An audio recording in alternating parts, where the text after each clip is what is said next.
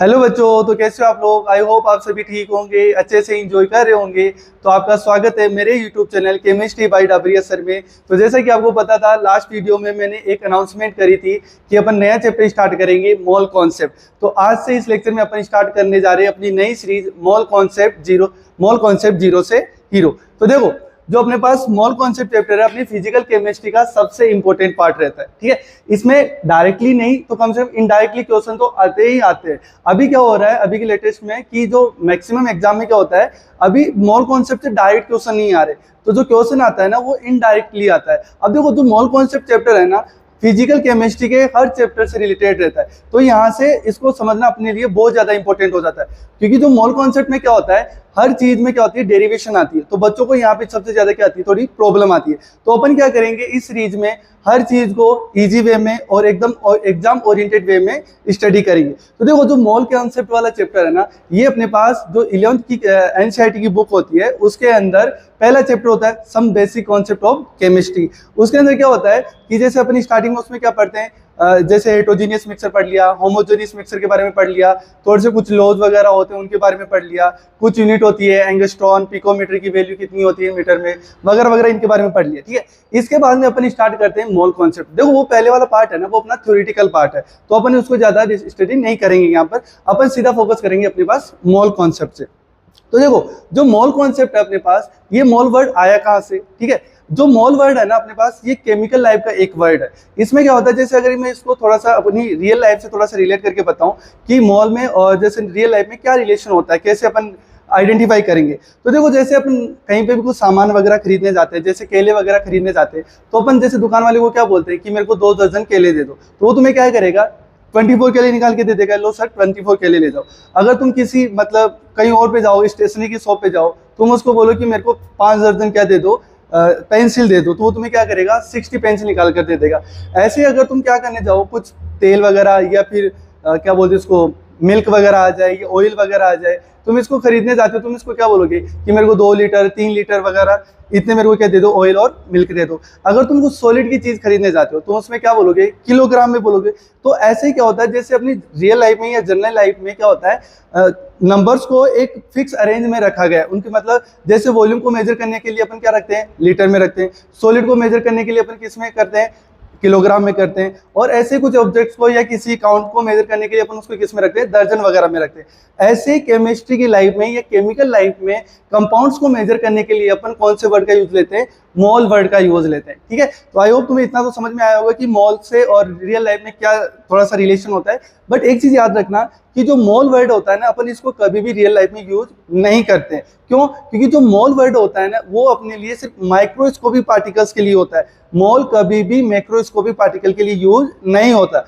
तुम्हें माइक्रोस्कोपिक और मैक्रोस्कोपिक का मतलब तो समझ में आता होगा कि जो मैक्रोस्कोपिक होता है ना, उसका मतलब होता है जिनको नेक्ड आई से देखा जा सकता है, और माइक्रोस्कोपिक का मतलब होता है जिनको अपन किसी इंस्ट्रूमेंट की हेल्प लेकर उनको अपन देख सकते हैं। जैसे इलेक्ट्रॉन हो गया, प्रोटॉन हो गया, इन चीजों को अपन किससे देख सकते हैं, माइक्रोस्कोपिक पार्टिकल से।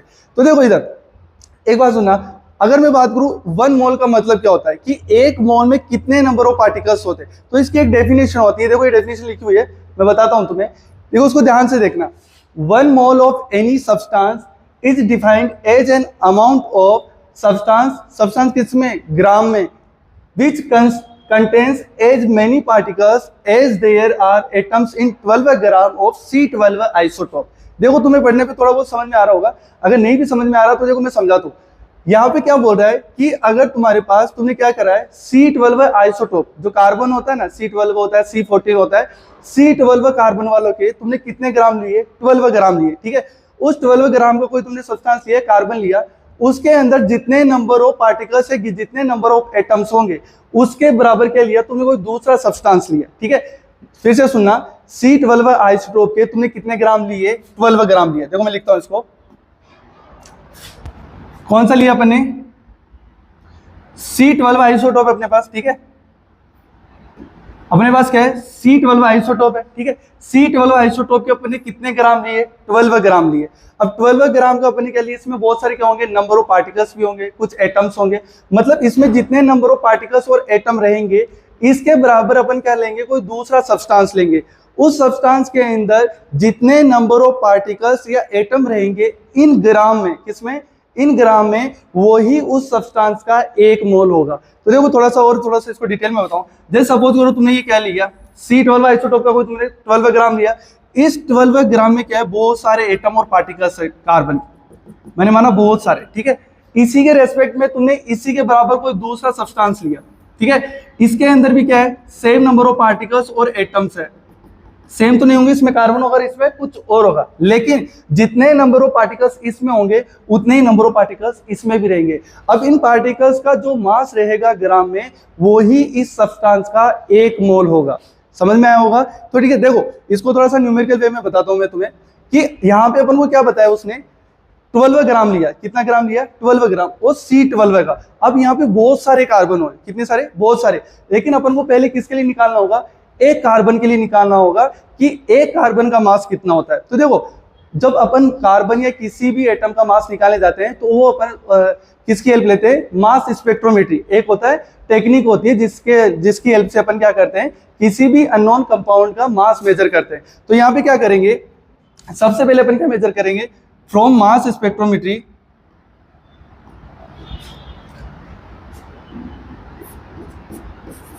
फ्रॉम मास स्पेक्ट्रोमेट्री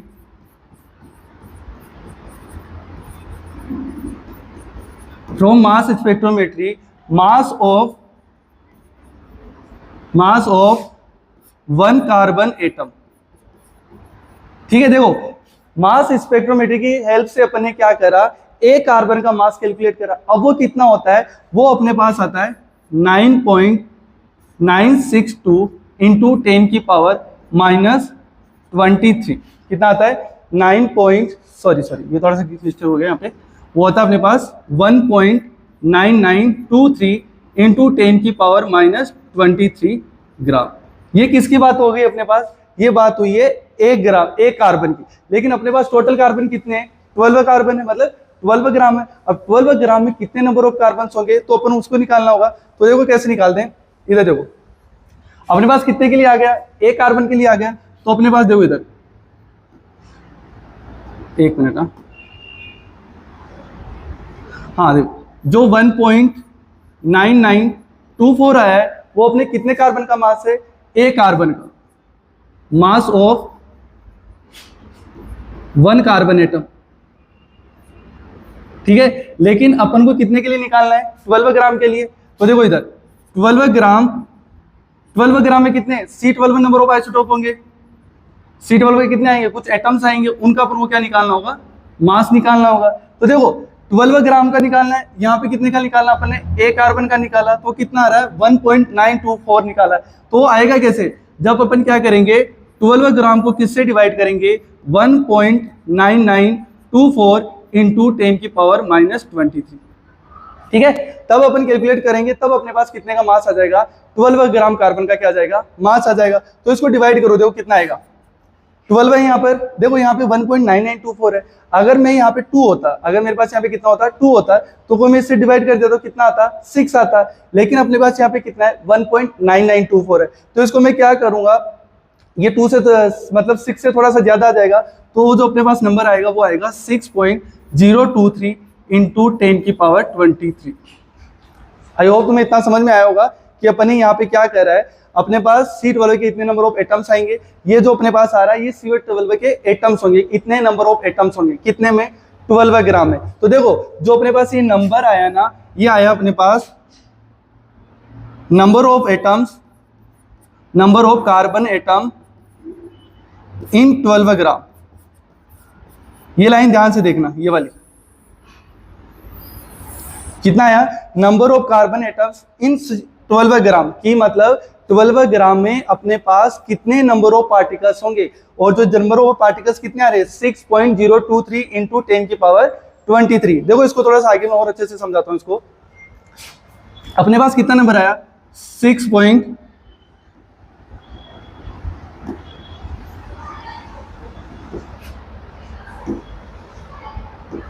एक मिनट का,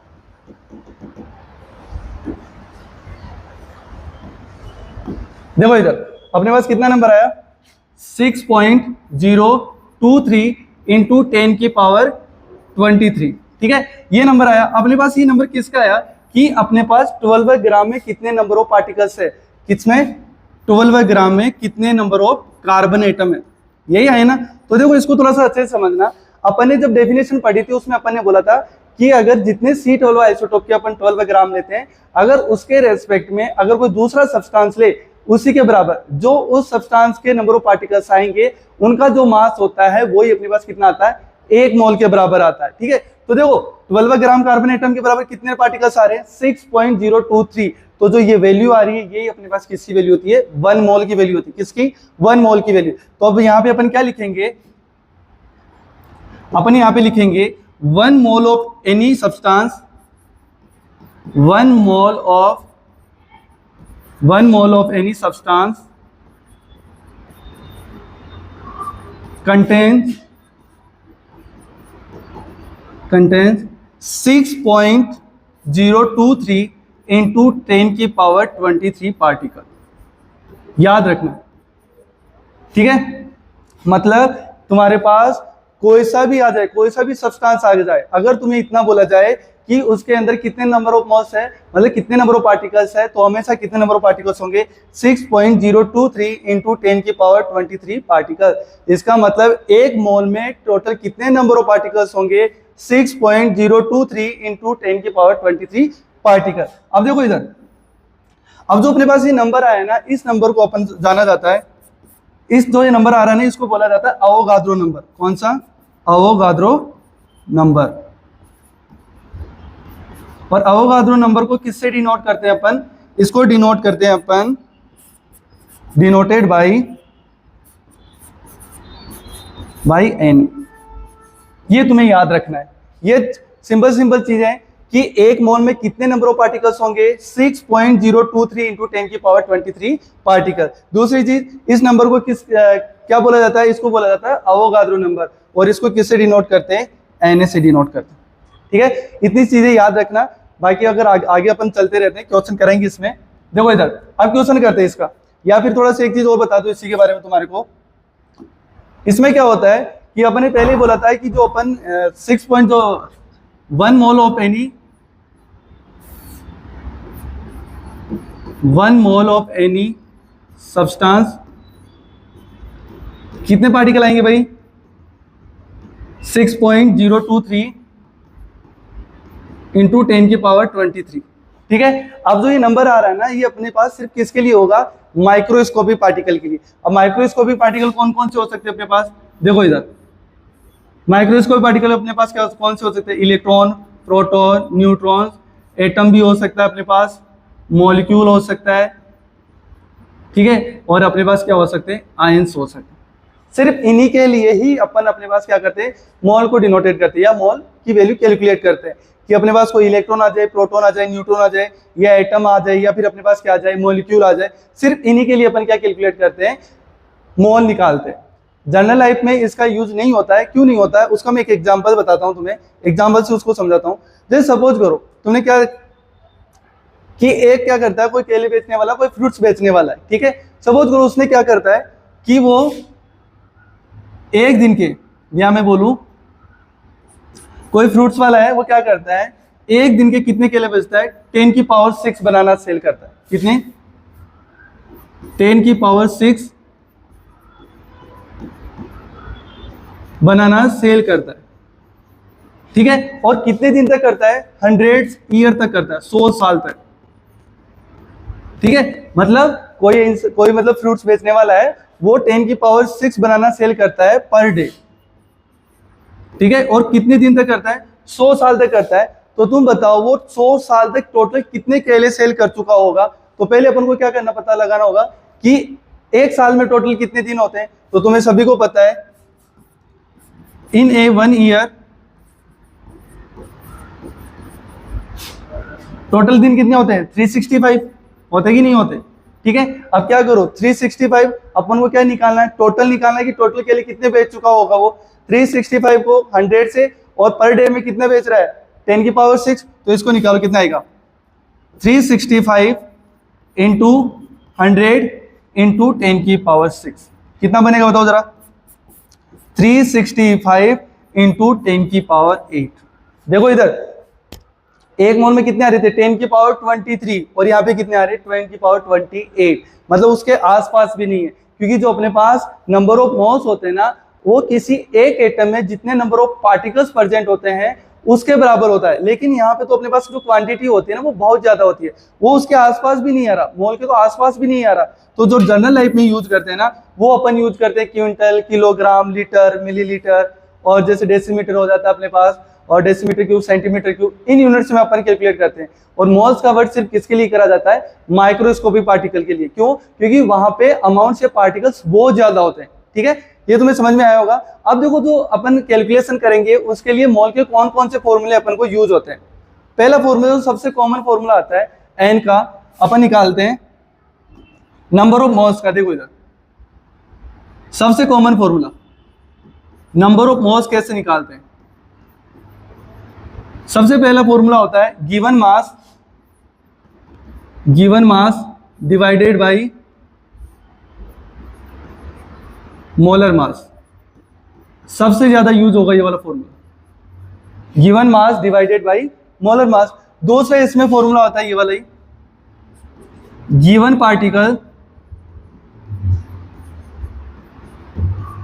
particle divided by Avogadro number.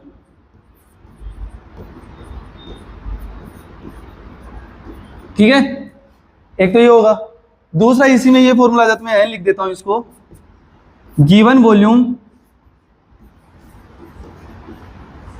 Volume at 1 atm and 273 kelvin divided by 22.4।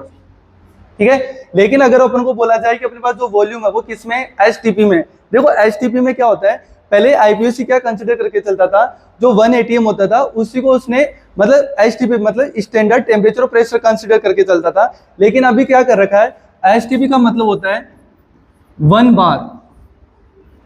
बार और कितना 273 केल्विन, ये कंसिडर करके चलता है अभी। लेकिन पहले कितना होता था, अपन को पता है कि जो 1 atm की वैल्यू आती है वो किसके बराबर आती है, 101.303 के समथिंग ऐसा कुछ होता है, 325 के समथिंग केल्विन के समथिंग।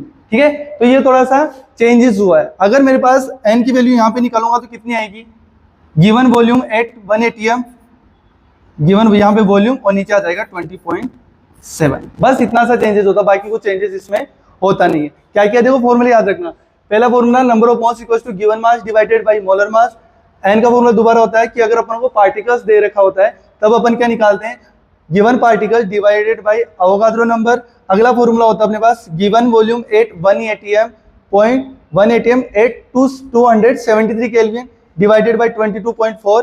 और अगर अपने पास वॉल्यूम किस में दे रखा हो, एचटीपी में दे रखा हो, स्टैंडर्ड टेम्परेचर एंड प्रेशर में दे रखा हो, तब अपन कितना निकालते हैं 22.7 वाला। ये फॉर्मूला याद रखो, इसका स्क्रीनशॉट ले लेना। ठीक है, हाँ आगे चलते। देखो इधर इसी में अगर इसको सिंबल से कैसे डिनोट करते हैं, जो एन होता है उसको अपन डिनोट करते हैं W/m, जो पहला फॉर्मूला था।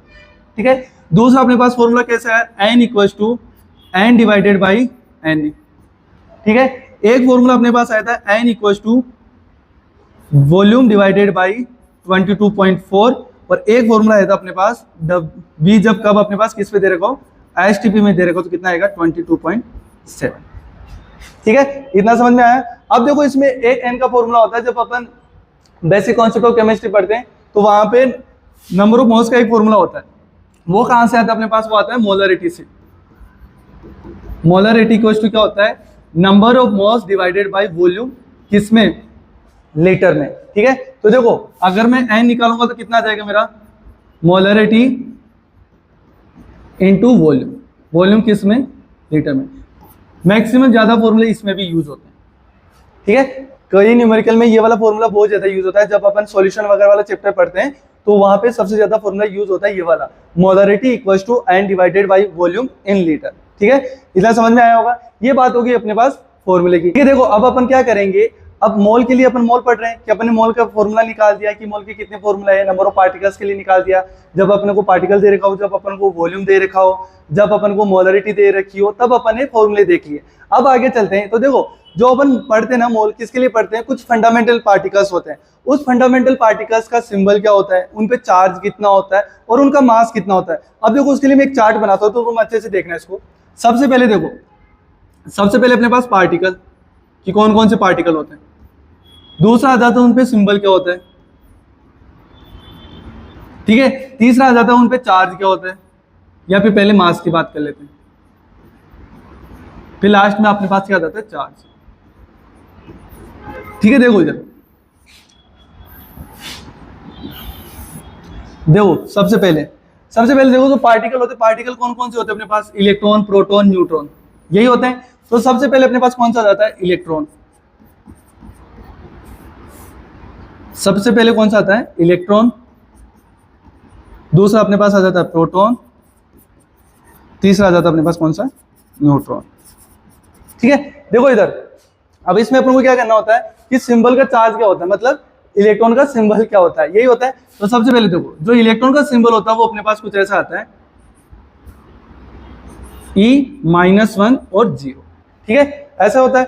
और अपने मास की बात करूं तो जो अपने पास इलेक्ट्रॉन पे मास होता है ना, वो होता है अपने पास 9.1 इंटू 10 की पावर -31 kg। ये याद रखने वाली है सारी की सारी चीजें। अगर चार्ज अपन बाद में देखते हैं। अब प्रोटॉन का सिंबल क्या होता है, स्मॉल p, 0 और 1। यहीं पे न्यूट्रॉन का देख लो तो न्यूट्रॉन का सिंबल क्या होता है, 1 और 0। ठीक है, मास कितना होता है प्रोटॉन का, वो होता है अपने पास कितना, 1.67 इंटू 10 की पावर -27 kg। जो और अपने पास न्यूट्रॉन का कितना होता है, न्यूट्रॉन और प्रोटॉन का मास थोड़ा सा सेम होता है, आगे थोड़ा सा डिफरेंस होता है, बस ज्यादा कुछ नहीं होता, 10 की पावर -27 kg। ये होता है किसका मास, प्रोटॉन का, और एक होता है अपने पास न्यूट्रॉन का मास। अगर अब बात करें इनकी चार्ज की, तो जो देखो इलेक्ट्रॉन पे जो चार्ज होता है ना, वो होता है अपने पास 1.6 इंटू 10 की पावर -19 कूलम। जो प्रोटॉन होता है उन पे भी मास इतने होता है, 1.6 इंटू 10 की पावर -19 कूलम। देखो ये होता है अपने पास नेगेटिव यूनिट का चार्ज होता है, ये अपने पास पॉजिटिव यूनिट का चार्ज होता है, और इस पे जो चार्ज होता है वो होता है अपने पास न्यूट्रल चार्ज। ठीक है, बस इतना ही याद रखना तुम्हें कि किसी भी फंडामेंटल पार्टिकल के लिए जब अपन मोल वगैरह की वैल्यू कैलकुलेट करेंगे, या किसी भी जैसे सपोज करो अब आगे एक क्वेश्चन कराऊंगा मैं, उसमें तुम्हें बताऊंगा कि अपन कैसे किसी भी जैसे एक मोल इलेक्ट्रॉन पे कितने चार्ज होते हैं, वो चीजें अपन कैलकुलेट करेंगे आगे। तो वो कैलकुलेट करने के लिए अपन को ये वाली चीजें याद होनी चाहिए कि इलेक्ट्रॉन पे कितना चार्ज होता है, इलेक्ट्रॉन का मास कितना होता है, प्रोटॉन पे चार्ज कितना होता है, प्रोटॉन का मास कितना होता है, ये सारी चीजें की वैल्यू अपन को याद होनी चाहिए। देखो इधर एक क्वेश्चन करवाता हूं मैं तुम्हें। क्वेश्चन देखो, क्वेश्चन ये है तुम्हारा, कैलकुलेट चार्ज ऑन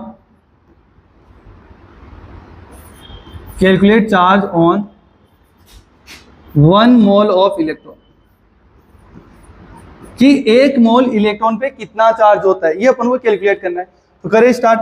सबसे पहले इसका आंसर लिखते हैं, क्या सॉल्यूशन मतलब क्या कैलकुलेट करना है, charge on 1 mole of electron, 1 mole of electron. देखो इधर सबसे पहले अपन को क्या पता होना चाहिए कि अपने पास जो 1 मोल होता है, या फिर अपने पास 1 मोल में टोटल नंबर ऑफ इलेक्ट्रॉन कितने होते हैं, ये अपन को पता होना चाहिए। ठीक है, तो सबसे पहले number of electron in 1 mole, number of electron in 1 मोल, कि 1 मोल में अपने पास टोटल नंबर ऑफ इलेक्ट्रॉन कितने होंगे। सेकंड चीज कि इलेक्ट्रॉन पे चार्ज कितना होता है, कि 1 इलेक्ट्रॉन पे चार्ज कितना होता है अपने पास, चार्ज ऑन इलेक्ट्रॉन। अब ये दोनों वैल्यू अपन को पता है कि देखो नंबर ऑफ इलेक्ट्रॉन इन 1 मोल कितना होता है भाई, बताओ जरा।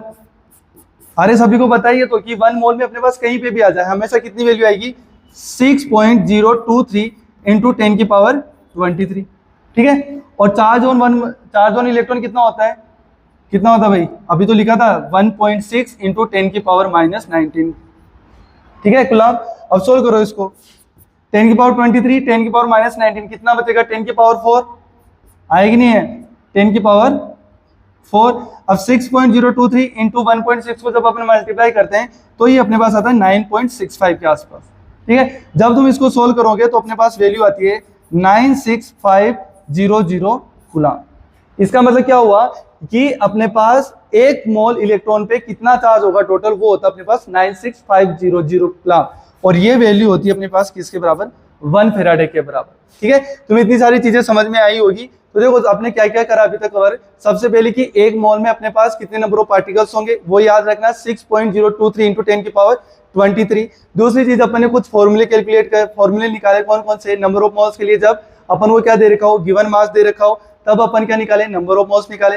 अगर अपने पास गिवन पार्टिकल दे रखा हो तब अपन को क्या निकालना हो, नंबर ऑफ मोल्स निकालना हो। अगर अपने पास क्या हो, वॉल्यूम दे रखा हो तब अपन क्या निकालना हो, नंबर ऑफ मोल्स निकालना हो। या फिर एट द एंड अपन को क्या दे रखी हो, मोलरिटी दे रखी हो। तो वो चीजें अपन को पता होनी चाहिए। और साथ के साथ कुछ फंडामेंटल पार्टिकल्स थे, उनके ऊपर कितना चार्ज होता है, उनका मास कितना होता है, ये सारी चीजें तुम्हें पता होनी चाहिए। होप आपको इतना समझ में आया होगा। बाकी का जो पार्ट है, ये बाकी की जो क्वेश्चन है अपन नेक्स्ट लेक्चर में कवर करेंगे। तो मेरे चैनल को लाइक शेयर एंड सब्सक्राइब करना मत भूलना। Thank you for watching.